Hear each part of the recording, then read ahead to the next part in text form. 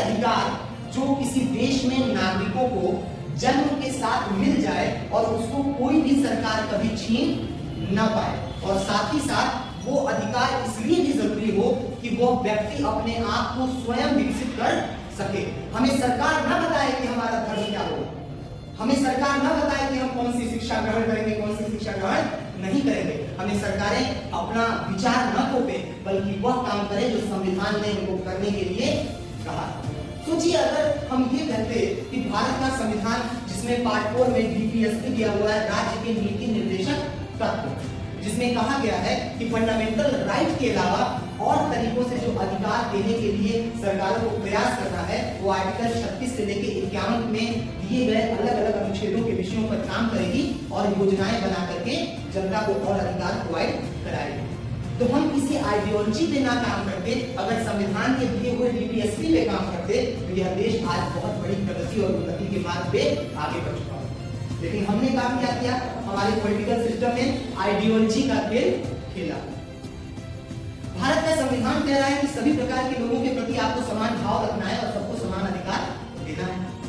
लेकिन हमारे छोटे भैया नेता क्या करते हैं, एक कम्युनिटी से दूसरे कम्युनिटी को दिखाएंगे कि इससे तुमको खतरा है।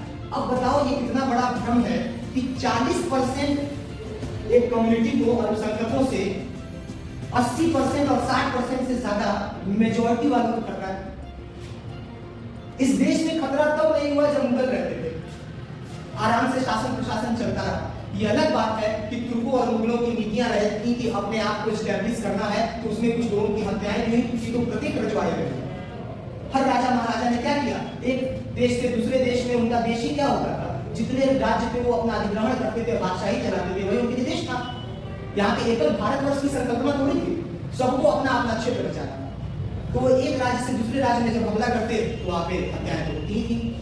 तो हमारे राजनीतिज्ञों ने खेल खेला, उन्होंने वो बताया जो उनके लिए सुटेबल था, वो नहीं बताया जो देश के लिए रियल इतिहास बताता है।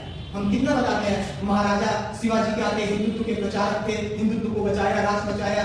हम कभी ये नहीं बताते हैं कि महाराजा शिवाजी के सिपाही भी कौन थे, मुसलमान थे। सिखों का इतना बड़ा राजा रणजीत सिंह का भी अपना सिपाही मुसलमान। महारानी लक्ष्मीबाई, उनके अपने खान बाबा सेनापति के हैं। तो हमने उन मुद्दों को राजनीतिज्ञों ने चुना जो उनको वो दिला सके। उन्होंने वो आइडियोलॉजी और वो मेथड नहीं चुना जो संविधान कहता था। तो मेरा इस क्लास का पर्पस ये है, आपको न सिर्फ 4 से 5 क्वेश्चन तैयार करवाऊं, बल्कि आप इस देश में पैदा हुए हैं और इस देश ने आपको नागरिकता दी है, तो आप नागरिक होने का भी कर्तव्य निभाएं कि एक जागरूक नागरिक को देश के कानून व्यवस्था और संविधान का ज्ञान तो होना ही चाहिए, ताकि आने वाली नस्लों को हम ये ना बताएं कि तुमको हिंदू से खतरा है और तुमको मुसलमान से खतरा है। हम इस बात पे चर्चा करें कि हमको गरीबी से खतरा है, हमको भूखमरी से खतरा है, हमको बेरोजगारी से खतरा है। यही संविधान हमें बताता है और यही आपको पूरे संविधान के अंतर्गत पढ़ना है।